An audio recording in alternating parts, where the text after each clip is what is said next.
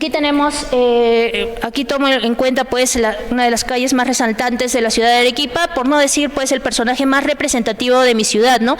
Que fue Mariano Melgar, ¿no? Partícipe de la rebelión de Mateo Pumacahua. Él pues fungió de auditor de guerra dentro de esto y de alguna manera se hizo resaltante la figura de Melgar y acrecentado también por la familia del mismo Melgar, ¿no? La figura de Melgar es tan relevante en la ciudad de Arequipa que Melgar es un distrito, Melgar es un estadio, Melgar es incluso un puente, Melgar son muchas cosas en mi ciudad, ¿no? Y como vemos, pues, para determinado momento la calle Melgar, las 6 cuadras que lo conforman actualmente tuvo nombres distintos, como pueden observar quizás en la diapositiva, ¿no? Las Mendiburu, Jesús, Santa Teresa, Puno. Luego decidió cambiarse todas las 6 cuadras por Santa Teresa y ya para 1920 lo encontramos como calle Melgar, dando relevancia al héroe entonces nacional Melgar, ¿no? Y ahí podemos observar en imagen una fotografía que se localizaba en el diario El Deber para 1923 de lo que fue la casa de Melgar, ¿no? Como pueden ver en imagen. Siguiente imagen, por favor. En la siguiente imagen podemos ver ahí una fotografía de Melgar, incluso un monumento que se colocó para el año de 1923. Ahora recordemos que con el gobierno de Leguía, que justo coincidió con el centenario de la independencia, pues se hizo bastantes obras, ¿no? No solamente en la ciudad de Lima, como mi investigación también lo puede ver, también fue en la ciudad de Arequipa, obras alusivas siempre a héroes, obras alusivas pues a la independencia, ¿no? Siguiente imagen, por favor. En la siguiente imagen, como pueden ver, tenemos a la calle Ayacucho, ¿no? En la alusión obviamente a la batalla de Ayacucho, ¿no? Lo vimos para el plano que mostré anteriormente, para 1830 solo una cuadra tenía nombre Ayacucho, pero ya actualmente nosotros tenemos pues 5 cuadras que tienen el nombre de Ayacucho y la prolongación se hizo para 1933 con el alcalde Corso, ¿no? Como pueden observar. Siguiente imagen. En la siguiente imagen tenemos a la calle Rivero. Incluso yo cuando pregunto en la ciudad, ¿sabes por qué se llama Rivero? Y nadie me puede decir en mi misma ciudad por qué se llama Rivero. Bueno, calle Rivero es por el prócer de la independencia, Manuel José de Rivero y Araníbar. Él fue, pues, de alguna manera alcalde de la ciudad de Arequipa para 1811 y justo coincidió, pues, con el levantamiento de Pallardelli y de alguna manera él tuvo relación con este levantamiento, ¿no? O sea, tuvo relación con esta hueste, pues, que venía de esta zona de Buenos Aires, ¿no? Y de alguna forma, pues, en alusión a este personaje es que la ciudad decide cambiarle a la calle Guayamarca, que desde época colonial se llamaba Guayamarca, decide cambiarle por calle Rivero, en alusión a este personaje, ¿no? Como lo había dicho, precursor de la independencia, prócer, perdón, de la independencia del país y a la vez alcalde de la ciudad de Arequipa. Siguiente imagen, por favor. En la siguiente imagen tenemos al general Morán. Quizás no hayan escuchado mucho hablar del general Morán, pero hay una canción muy alusiva a él, ¿no? Que se llama, pues, cuando muere un militar, por ejemplo, suelen tocar esta melodía, ¿no? Y ese es en alusión al general Morán, ¿no? En Arequipa fue muy importante, él fue un general venezolano, él vino con Sucre, él participó en la batalla de Pichincha, pero vino a Arequipa e incluso pues estuvo durante el proceso de la Confederación Perú-Boliviana, cuando se dio pues el enfrentamiento entre Vivanco y Castilla, él estuvo del bando de Vivanco y como sabemos, como pierde es que él también cae, ¿no?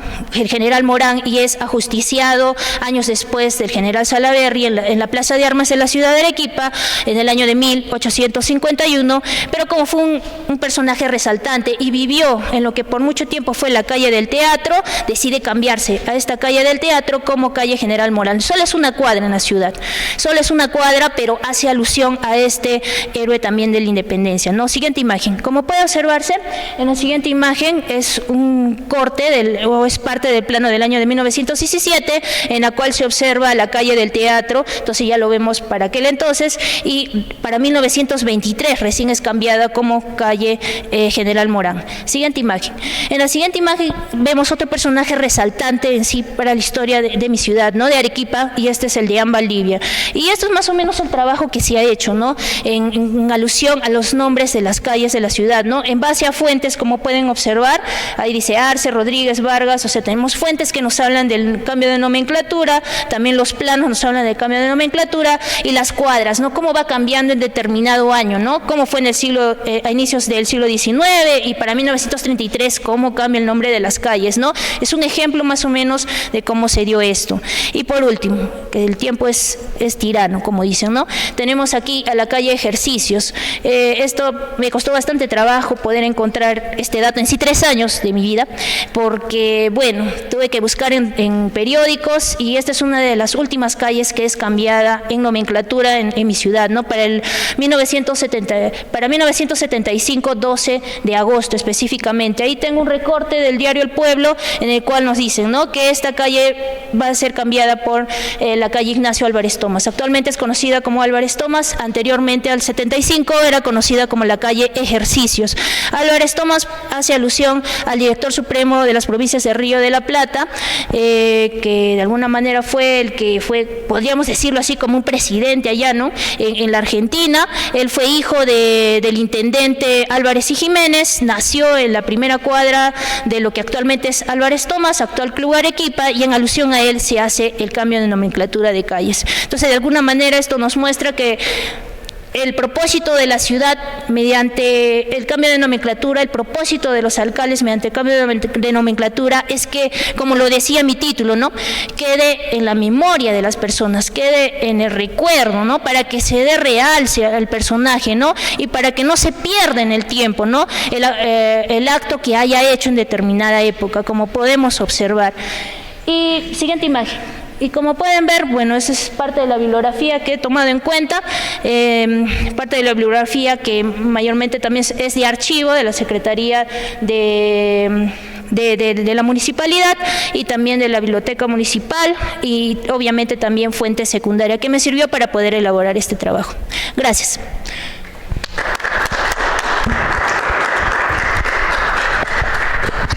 Muchas gracias, Nancy. Tu ponencia es bastante sugerente y felicitaciones. Antes de pasar a las preguntas, yo creo que has hecho un análisis muy bonito, muy interesante sobre el proceso de denominación de las calles y aprovecho para pedirte lo que estamos viendo en el caso de Arequipa y también se ha dado acá en Ayacucho, es que el primer centenario significó muchas nuevas denominaciones. El primer centenario de la batalla de Ayacucho, de la independencia. Y tú has hecho mención a una cuestión, esos roces entre iglesia y autoridades por volver a la anterior denominación. Me atrevería a decir que lo que tú describes es un proceso de secularización en el nombre de las calles. No sé si estás de acuerdo, pero bueno, te dejo ahí la pregunta para que la puedas responder en el momento que respondas también las intervenciones de los asistentes. Si tienen alguna pregunta al trabajo... Sí, no hay problema si... Justo hablando de centenario, no sé si en la fuente se está viendo que cuando por ejemplo cambiar el nombre del 75, que se sonó de Álvarez Thomas, si en la fuente dice claramente que es como en el marco del centenario, como que a veces es un antes o un después, pero si en la fuente se menciona que claramente se hace para el centenario o si no aparecía así. ¿Alguna pregunta? Pero...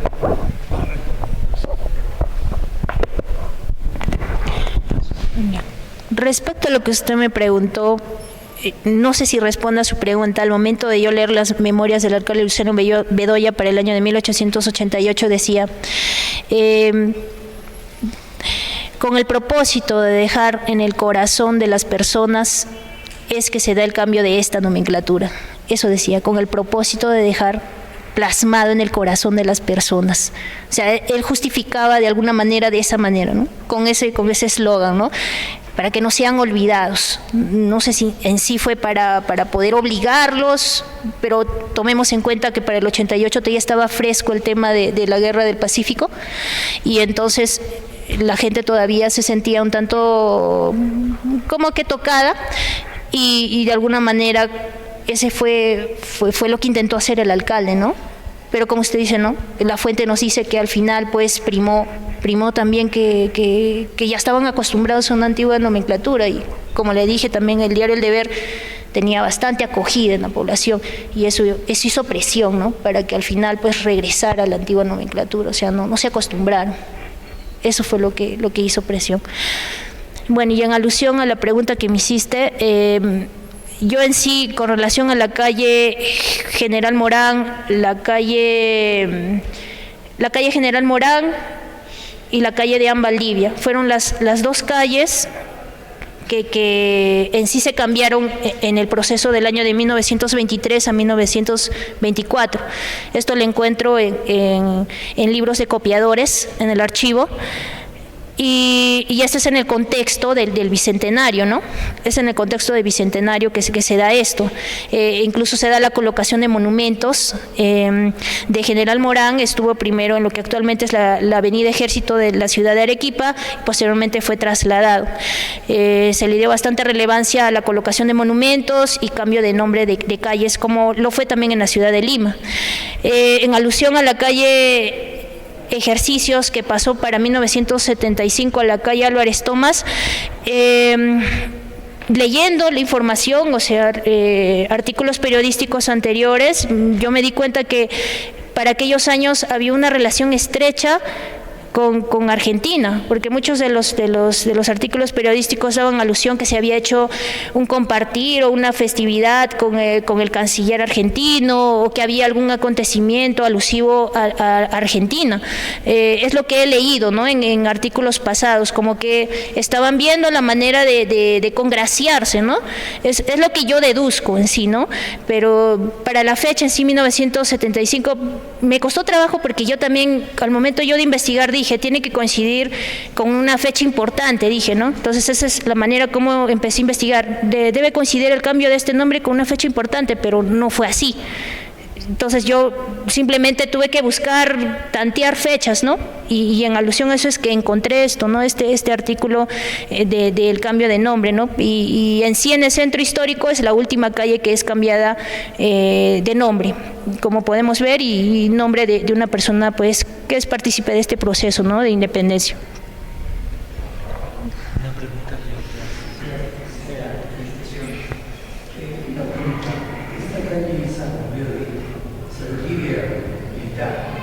¿Cuál?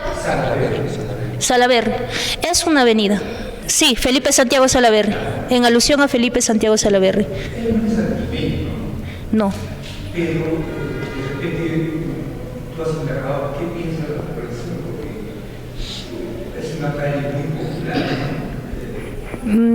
Claro. Pareciera que la gente le toma cariño, ¿no? Porque también es su placa. Claro. Su cara, a su esposa, que lo tiene en la plaza de armas.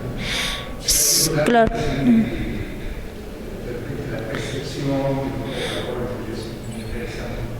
Si esto es parte solamente de, digamos, de una oficialidad que cambia, o de algún modo la gente lo va apreciando, o va quedando con nombres que aún van a cambiar.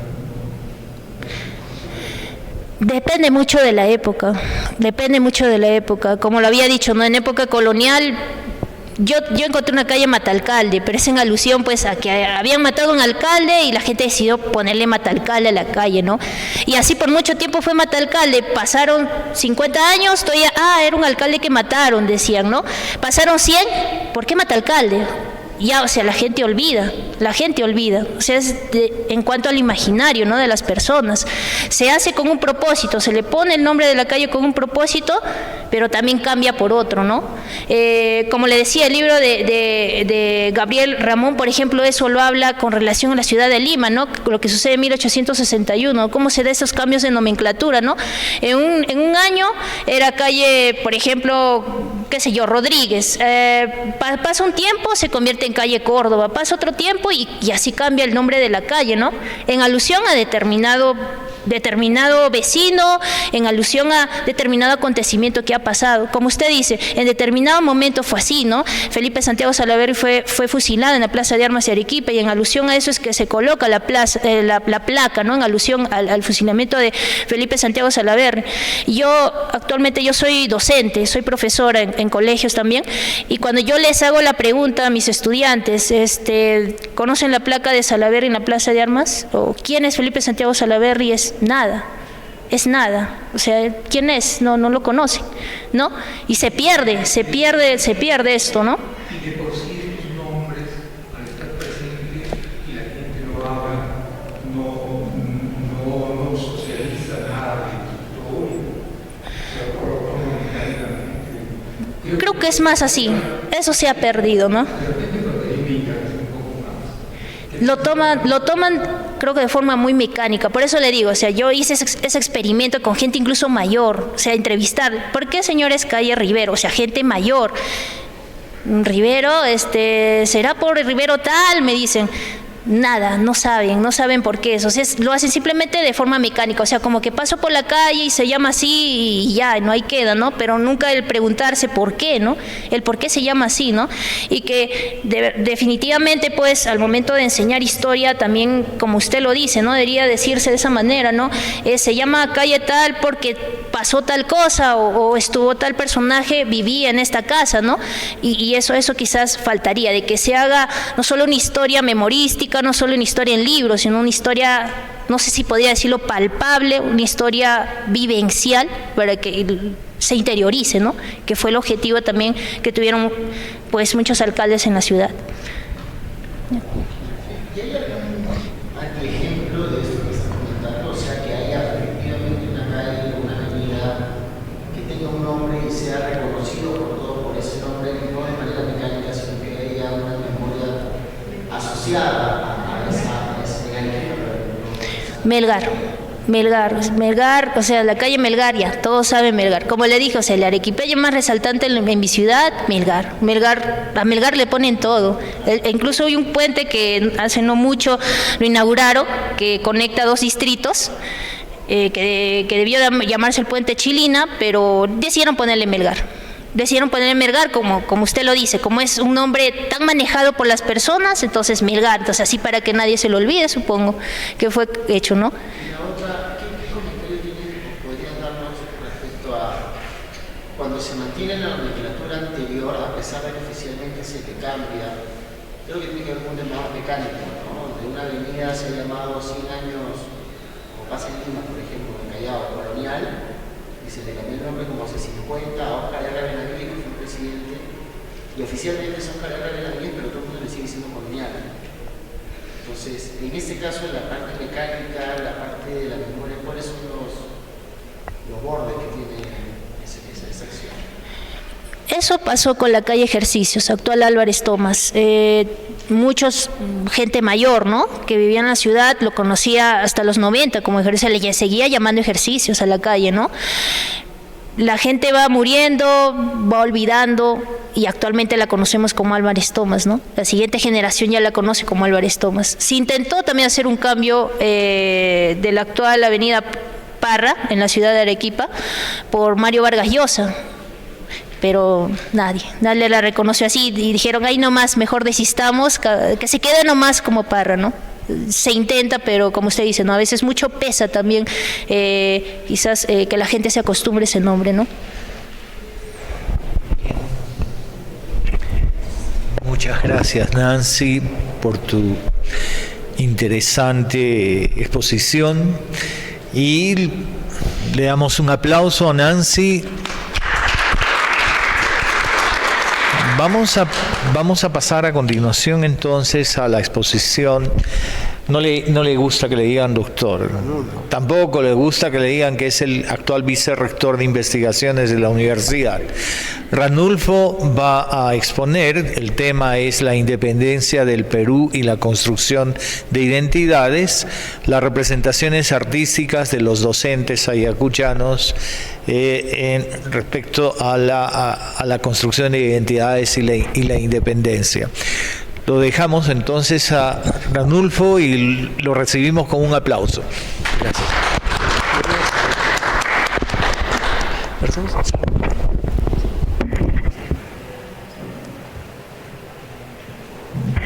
Bien.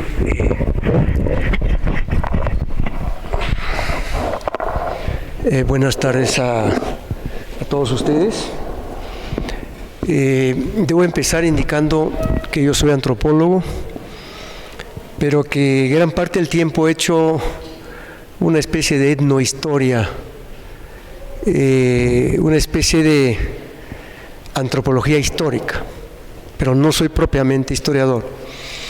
Y esta aclaración va porque el tema que estamos viendo, o vamos a ver, tiene un título, La Independencia, le puse I nada más para resaltar, y la batalla de Ayacucho, la construcción de la identidad regional.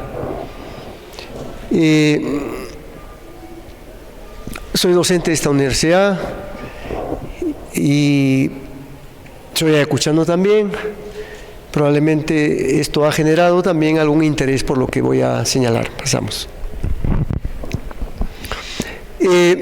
Como ustedes saben, el tema de la identidad es un tema clave, un tema fuerte en la antropología, pero a la vez es un tema polémico, un tema que trae a cola un conjunto de debates y no nos ponemos de acuerdo. En Ayacucho mismo hay personas que decimos que hay una identidad regional y otros dicen que no. Entonces es un tema polémico. Hay algunos antecedentes de los estudios de identidad regional. Empezamos con, en la etapa del centenario de la batalla de Ayacucho, o sea, 1924, hubo un debate fuerte de los intelectuales ayacuchanos para ver cómo se construye esta identidad regional y agregan elementos para esto. Ese sería un antecedente, digamos, a largo plazo o mediano plazo, pero luego nuestro director de debates, Jeffrey, entró a este debate, a este tema, y tiene algunos trabajos que ha hecho en 1992, en 2007, en un libro que publicó San Marcos, en 2023 en el libro que publicó la Universidad de Huamanga el año pasado. Quien habla igualmente empezó con este tema en 1994 a raíz de un trabajo que hice sobre el Taita Cáceres como héroe cultural andino. También en el 2007, en el mismo libro que señalo de San Marcos, junto con Jeffrey, publiqué un trabajo que tiene relación con esto. Igualmente en el libro del año pasado también hay algo. Y Nelson Pereira, el 2007, también tiene un artículo en el libro de San Marcos referido de alguna forma al tema de la identidad. El concepto clave que yo manejo en este trabajo es el de imaginario. Imaginario entendido brevemente como que es un proceso, el proceso imaginario que parte de una realidad. Por ejemplo, la batalla de Ayacucho, la independencia es una realidad, pero que luego los actores sociales van agregándole de imaginación, de creatividad, etcétera, etcétera. Pero parten de una realidad concreta. No es un invento por inventarse así de cero. Estos imaginarios tienen una fuerza ya apropiada por la población, que le va a dar sentido de pertenencia, de identidad a los pueblos en general, no solamente el caso de Ayacucho. Y considero el tema de identidad cultural como un gran imaginario. O sea, la identidad cultural no se construye solamente de hechos reales, objetivos. Parten de ahí, pero también hay un conjunto de imaginaciones, elaboraciones, etcétera, y sería la identidad cultural un gran imaginario, en términos de Gabriela Osenbache. ¿Por qué es importante hablar del tema de la identidad en este momento y probablemente en los que viene, el tiempo que viene? porque estamos asistiendo a un fenómeno de la globalización que va atentando precisamente contra el sentido comunitario de las poblaciones y se está imponiendo el individualismo. Entonces hablo de síntomas sociales peligrosos que atentan contra lo comunitario. Entonces hablar de identidad cultural significa, oiga, por un momento, este pueblo tiene una identidad colectiva y por eso actúa colectivamente, tiene historia y tiene tales símbolos que hacen que la población esté unida, sea dinámica, etcétera, etcétera. Este libro debe salir más o menos, yo calculo, en un mes máximo. Eso, lo que voy a hacer ahora es resumir lo que estamos elaborando como un libro. Adelante. IVA le pongo para ya no decir independencia y batalla de Ayacucho. IVA, docentes y arte. ¿Qué es lo que he hecho en este trabajo? Siguiendo con una tradición que ya vengo trabajando desde el 2014, a mí me interesan los profesores de primaria y secundaria. Y en este trabajo sigo trabajando con ellos. ¿Cómo los docentes trabajan, actúan como intelectuales? No solamente como administradores de un currículo, van a la aula y dictan clase y ahí termina su función. No, son creadores de conocimientos, tienen un capital cultural, manejan ciertas didácticas, ciertas asignaturas, y una de ellas es arte y educación, por ejemplo, educación artística, ¿no? Y a partir de ahí generan símbolos los docentes. Y me interesa de los docentes en este trabajo, en esta ponencia, sus creaciones artísticas, sus expresiones artísticas. Y dentro de estas expresiones artísticas se plasman los imaginarios, se plasman las tradiciones, los mitos y las historias también.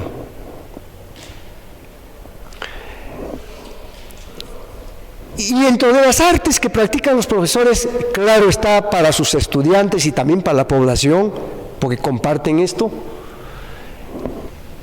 he escogido algunas de las producciones artísticas de los profesores, no todas. La xilografía, que es el tallado de madera para hacer la carátula de las revistas antiguas, ahora sigue haciéndose, pero ya en menor proporción. Incluso parece que está disminuyendo la cantidad de alumnos en Bellas Artes que siguen este curso de xilografía.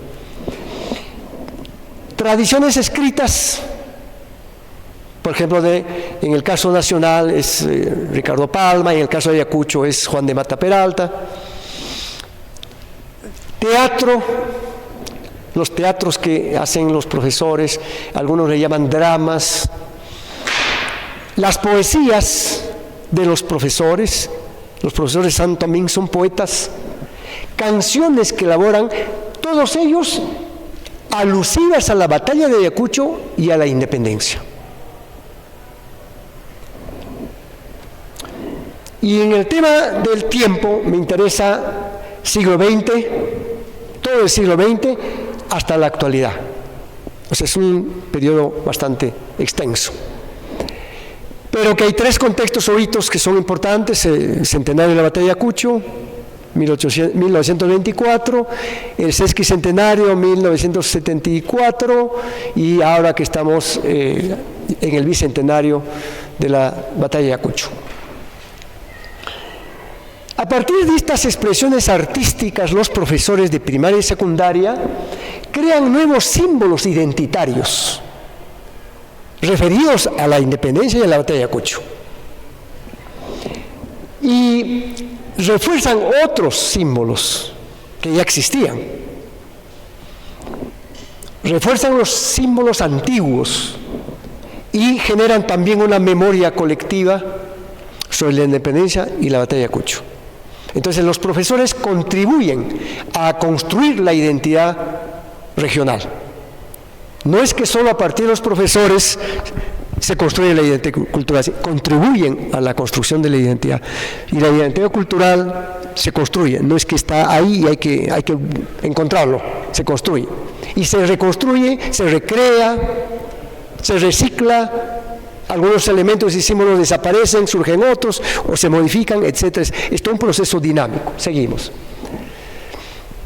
Estas son algunas carátulas de algunas revistas de escuelas, dirigido por docentes. Por ejemplo, El Granito, 1911, que el director es un profesor, Manuel Bustamante. Es el número 10, si mal no recuerdo, del 1911, donde en la carátula está don José Antonio de Sucre, un poquito borroso. Tenemos la revista Condorcunca. Esta primera carátula se hace con xilografía, ese tallado en madera que les comenté. Condorcunca, mucho más después, 1920 y tantos, está San Martín, igual en el siguiente San Martín, y propiamente la xilografía que han hecho en Bellas Artes es la última. Esa es la forma como hacían la xilografía para la carátula de las revistas y también a veces para los gráficos interiores de las revistas. Seguimos. La revista Condorcunca, que se hace en Ayacucho, tiene esta, no sé cómo llamarlo, contratapa, porque la tapa que vimos anterior, la carátula, y esta va en la siguiente página. Pero va también en todas las revistas Condorcunca esta parte, donde está el Cerro Condorcunca que flanquea la pampa de Ayacucho y dos héroes, se supone que uno de ellos es Sucre y el otro probablemente sea Bolívar. Otra revista, El Triunfo, de profesores, donde está San Martín, y hay revistas que se editan con fines conmemorativos a la batalla de Ayacucho.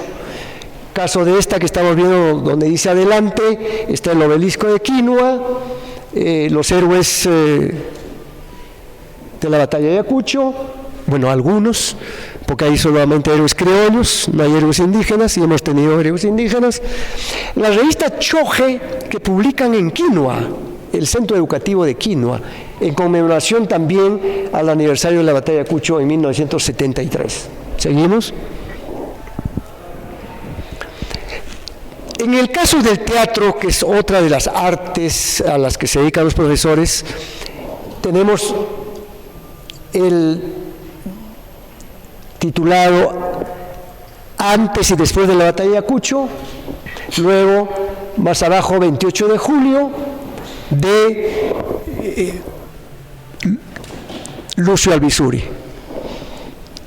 También Semblanzas y Fusilamiento de María Parado de Bellido, que es otra producción artística de profesor Filomeno Peralta, un poco después. Y vamos a ver algunas carátulas también, algunas hechas en xilografía. Bien, pasamos. ¿Cuáles fueron nuestros objetivos para hacer este trabajo? 3 objetivos.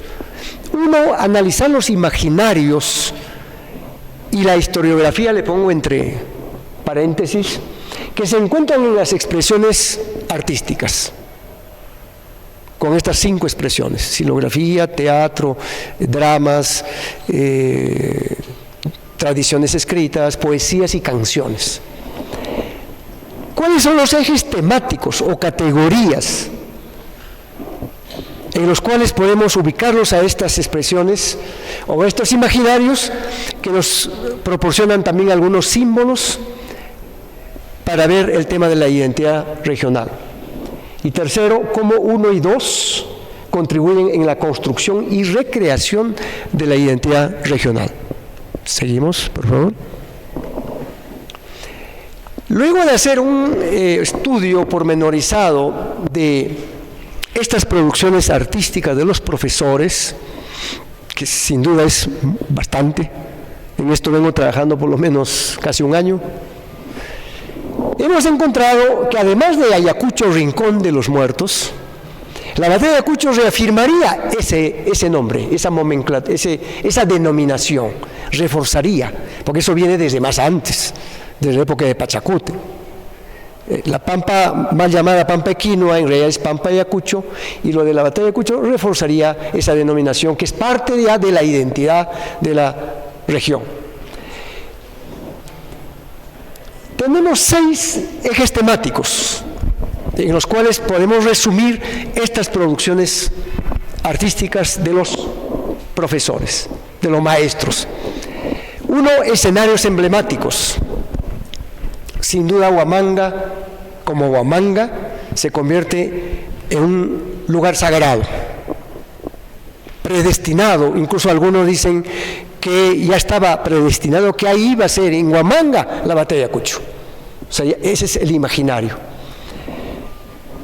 La Pampa de Ayacucho, Quinua como distrito, pero también Cangallo. Cangallo se convierte, a raíz de la independencia de la batalla de Ayacucho, en un lugar emblemático, destruido e incendiado 2 veces por Ricafort I y Carratalá en la segunda vez. Sexchapampa, otro lugar en menor proporción, pero tenemos esos 3 lugares, por lo menos emblemáticos, que se repiten en la producción artística. Tenemos fechas emblemáticas, sin duda 9 de diciembre, tenemos el caso del 7 de octubre de 1814, en donde se produce la primera jura de la independencia en Cangallo, el 1 de noviembre de 1820, la jura de la independencia en Huamanga, antes que la de Lima. Son fechas importantes. La fecha de la inmolación de Basilio Auqui o el sacrificio de Basilio Auqui, etc. Tenemos que en estas producciones artísticas se resalta la participación protagónica de los sectores populares. Esto es importante porque la historia que se hace desde Lima generalmente se menciona poco o casi nada la participación de los sectores populares. Y ahí destaca Huamanga y Cangallo, principalmente. Huanta no se toca mucho en las producciones artísticas, pero sabemos que tuvo otro comportamiento Huanta, ¿no? Pro-realista, etcétera, etcétera, etcétera, etcétera. Se reivindica y se hace loas a los héroes locales, sobre todo en los poemas y en las canciones. Basilio Auqui, María Parada Bellido, Ventura Jalamaqui, principalmente, pero también se hace alusión a otros héroes montoneros o guerrilleros que a veces la historiografía no lo menciona o lo menciona poco, y abunda eso, sobre todo en el poema de Max Aguirre en Cangallo, sobre todo en los poemas de Víctor Tenorio, de Atilio Rivera, que estos los 3 fueron docentes universitarios luego, pero empezaron como profesores de colegio. Tenorio trabajó en Carjay, donde nació Basilio Auqui, Atilio Rivera trabajó en Chuschi y luego en diferentes colegios de la localidad, y luego llegaron a ser profesores de la universidad. En las producciones artísticas fuertemente se hace ver que Huamanga y después Ayacucho, como departamento, es un pueblo rebelde, heroico e histórico. Eso continuamente se trata de resaltar. ¿Pura creación o viene de algo real? Lo que dije antes, viene de algo real y luego ya el imaginario va construyendo, elaborando ideas, pueden exagerar incluso, no así como se exageró que Cáceres se convertía en animal, etcétera, etcétera. Ese es ya parte del tema del imaginario. Y con esto quisiera aclarar algo. ¿Y qué tiene que ver el imaginario con la identidad regional? Porque una vez que los imaginarios hacen carne en la población, porque es una creación colectiva, el imaginario no lo crea una persona, la creación colectiva, ya tiene una eficacia simbólica.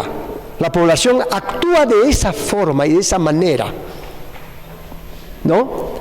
Bueno, luego otro eje temático es el significado de la batalla de Ayacucho y la independencia, y le pongo ahí libertad porque lo ven como sinónimo. Batalla de Ayacucho e independencia igual libertad. Se consiguió la libertad continuamente, la libertad, la libertad. y le dan una dimensión no solamente regional a la independencia, sino nacional, e incluso algunos hablan mundial y universal incluso, una dimensión universal.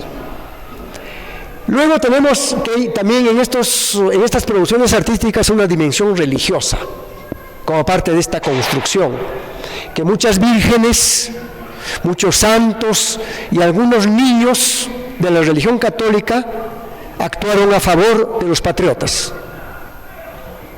Entonces algunos santos de matamoros, luego de mataindios, se convirtieron en mata españoles.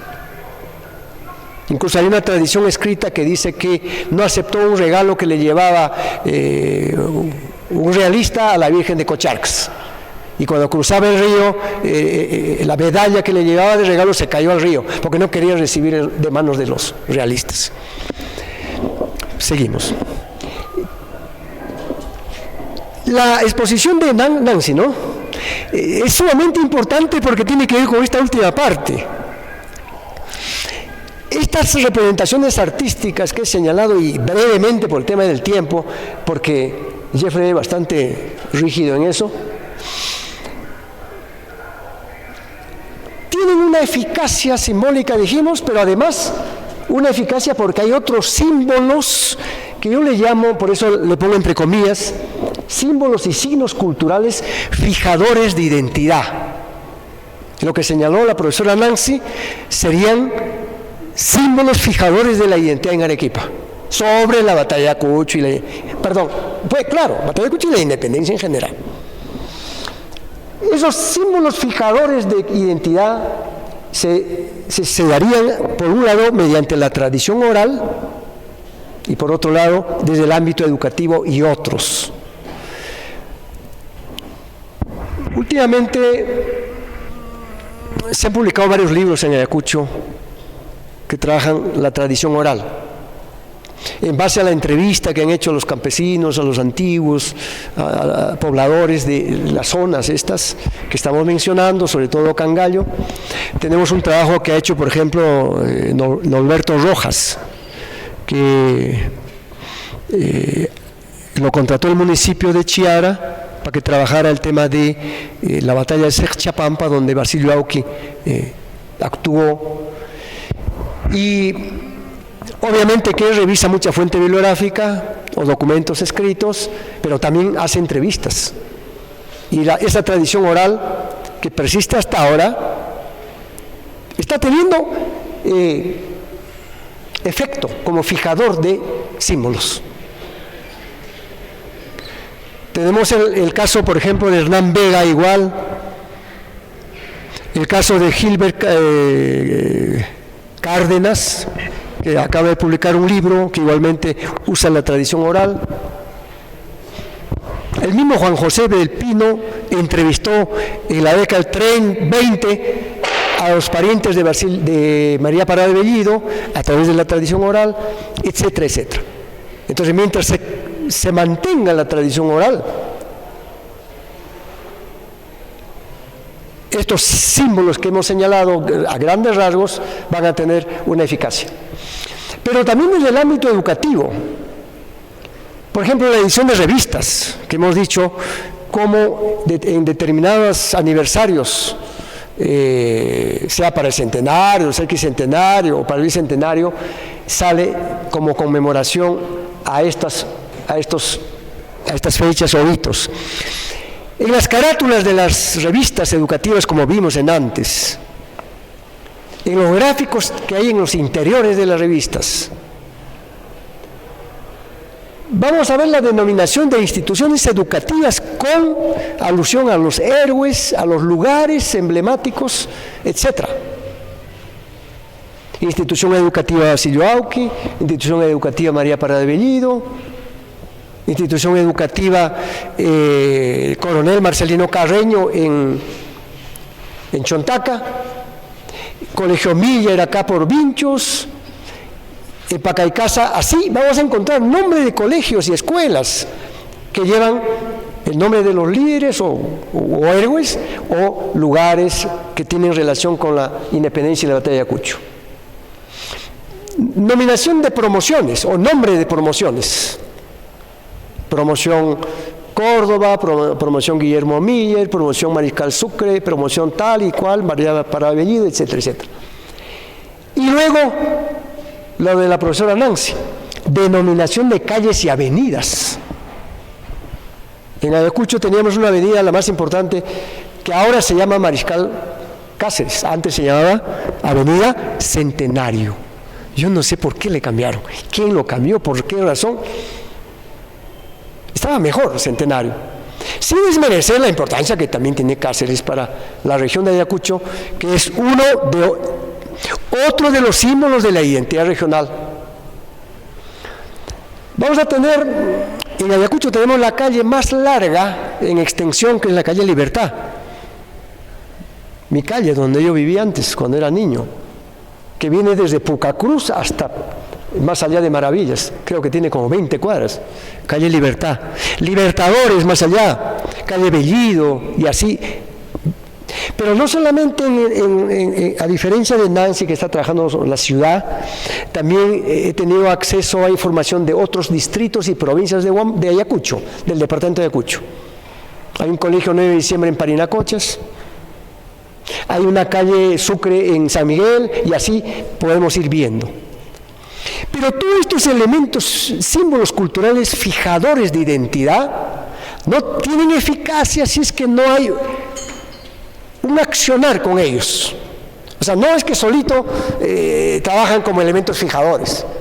Tienen que haber conmemoraciones, tienen que haber recordatorios, tienen que haber marchas, festividades, qué sé yo, para activar esos elementos fijadores. No actúan por sí solos. Pasamos. Bueno, este es un resumen de un cuadro que tengo, pero solo un resumen. ¿Cómo es ese proceso de construcción de la identidad? Jeffrey, ¿cuánto tiempo me falta? ¿Ya? Ya. Proceso de construcción de identidad. Matriz cultural y fuentes. Matriz cultural y fuentes. No es que esto empieza solo en el centenario de la batalla de Ayacucho, esto viene de antes. Y esta matriz cultural y fuentes tiene que ver con la tradición oral, tiene que ver con mitos y tiene que ver también con la producción historiográfica, que genera realidades para luego a partir de ahí trabajar. Actores sociales, maestros, alumnos y la población en general. Esa es la capacidad que tiene el maestro de llegar directamente a la población. Indirectamente a través de los alumnos, pero directamente en la población, porque ellos hacen obras teatrales para la población también. Luego tenemos las expresiones artísticas que he señalado, que son los 5, y todos ellos dan un resultado, la construcción de la identidad. Pero la flecha externa de la derecha y la que sigue y sube nuevamente hace que el círculo se cierre, no es lineal. Y nuevamente se va recreando la identidad, ¿no? Reciclando, etcétera, etcétera. Es el proceso, y sería esto la parte más fuerte del trabajo que estoy haciendo. Terminamos con las conclusiones. Con las conclusiones, por favor. Importancia de docentes con y sin poder político. En algunos estudios se cree que el profesor que hace todo esto está vinculado necesariamente al poder político, y no es así. Un sector de ellos sí detentaron poder político, llegaron a ser senadores como Luis Galván, etcétera, pero hay otro sector como Alvisuri, como Mariano López Chávez y otros que no tienen el poder. Entonces ambos son los que trabajan en esta construcción de identidad, no solamente los que tienen poder. Yo diría que en el trabajo que se está haciendo incluso predomina lo que yo le llamo la literatura subalterna. Algunos le llamarían literatura de periferia, otros le llamarían literatura marginal. Son de aquellos profesores que no tienen poder político, que son la gran mayoría en realidad, porque no estoy viendo solamente el centenario, sino hasta la actualidad. Víctor Tenorio, no sé qué poder político tiene. Atilio Rivera, tampoco. Y así podríamos ver, por eso le pongo con y sin poder político. Representaciones artísticas coinciden en líneas generales con la producción historiográfica.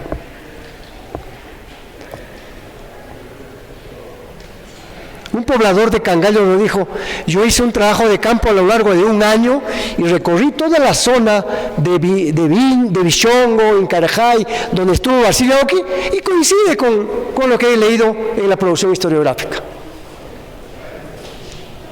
Claro, matizado con metáforas, en el caso de las poesías, matizado con, puede haber incluso algunas exageraciones, pero salen de una base historiográfica. La independencia de la batalla de Ayacucho genera nuevos símbolos identitarios, como he señalado a grandes rasgos, como construcción colectiva. No es una construcción individual, sino colectiva.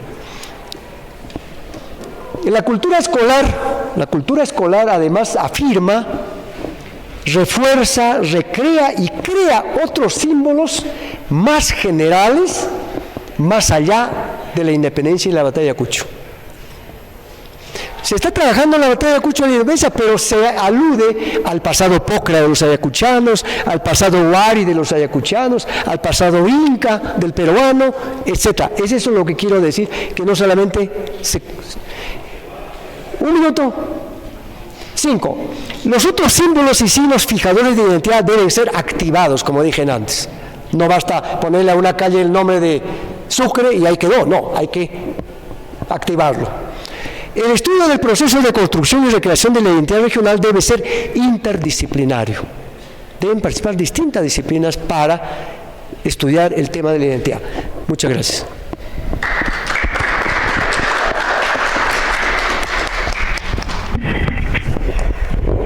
Gracias, Ranulfo, por la exposición.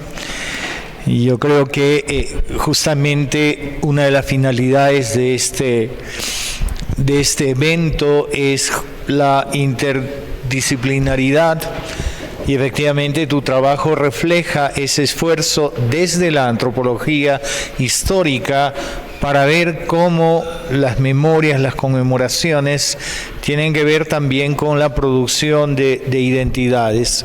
Me permito preguntar de un concepto que es clave en esto, es la noción de memoria histórica. Y Pierre Nora, ¿no es cierto?, trabaja esta noción de memoria histórica, pero creo que tu trabajo tiene justamente algo central en lo que es la memoria histórica. Cómo la educación en el Perú diseñada, digamos, una historia oficial enseñada en los colegios, en las escuelas, cómo genera impacto en la memoria de las poblaciones. En el caso de Ayacucho es muy evidente.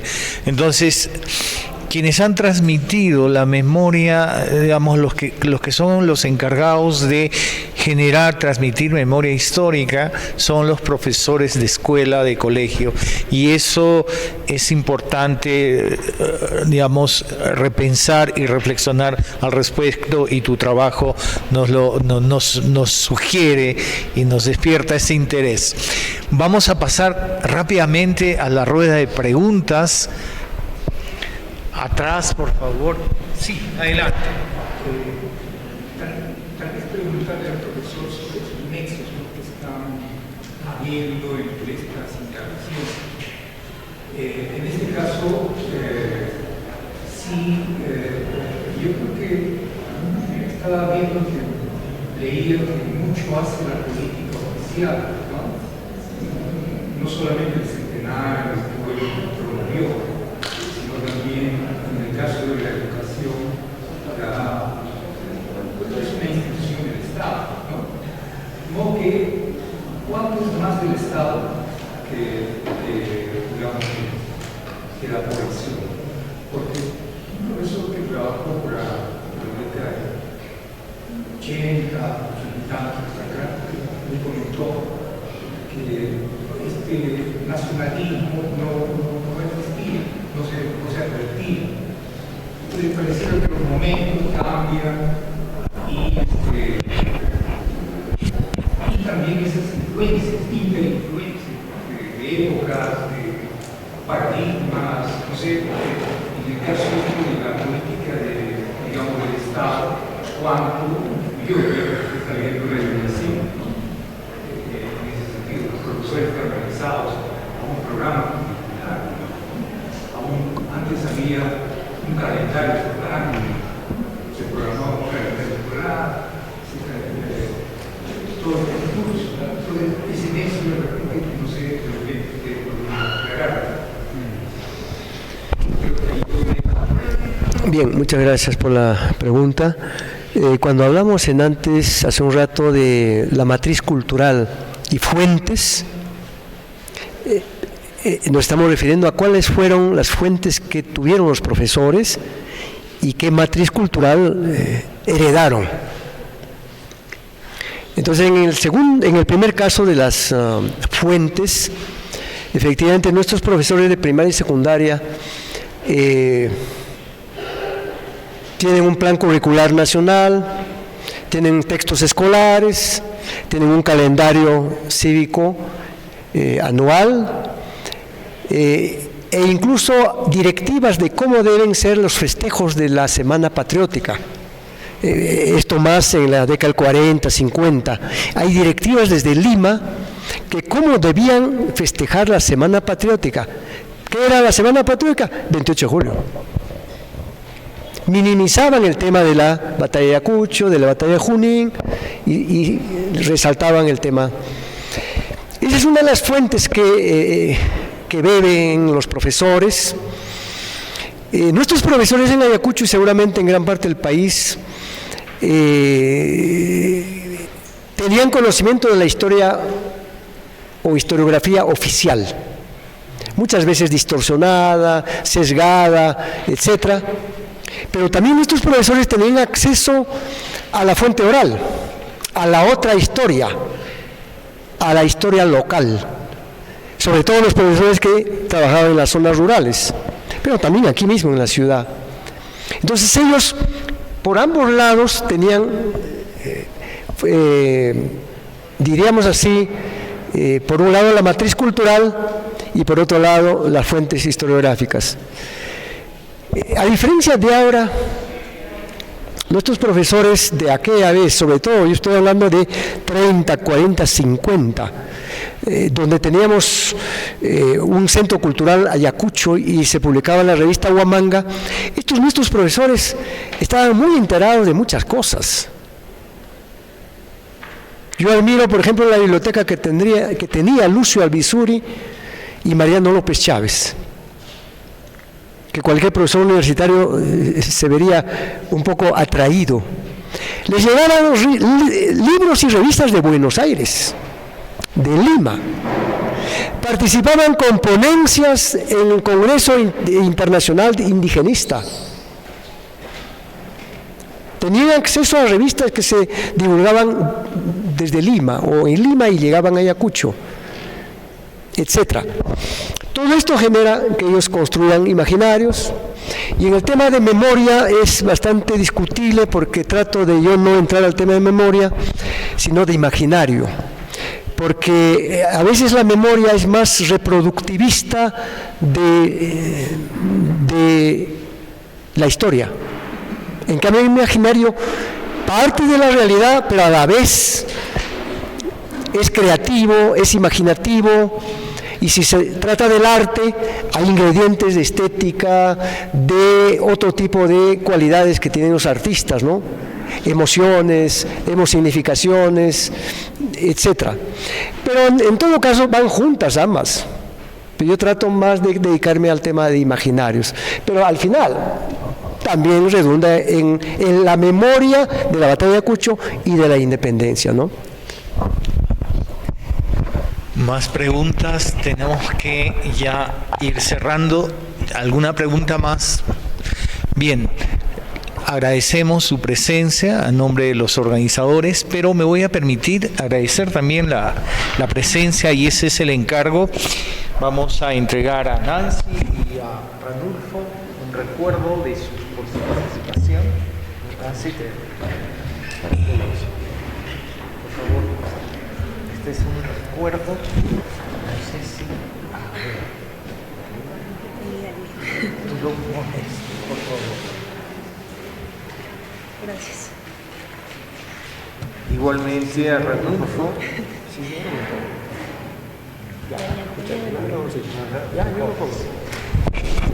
Bien, y un aplauso para Ranulfo por su exposición, también para Nancy. Muchas gracias por su presencia. Buenas tardes.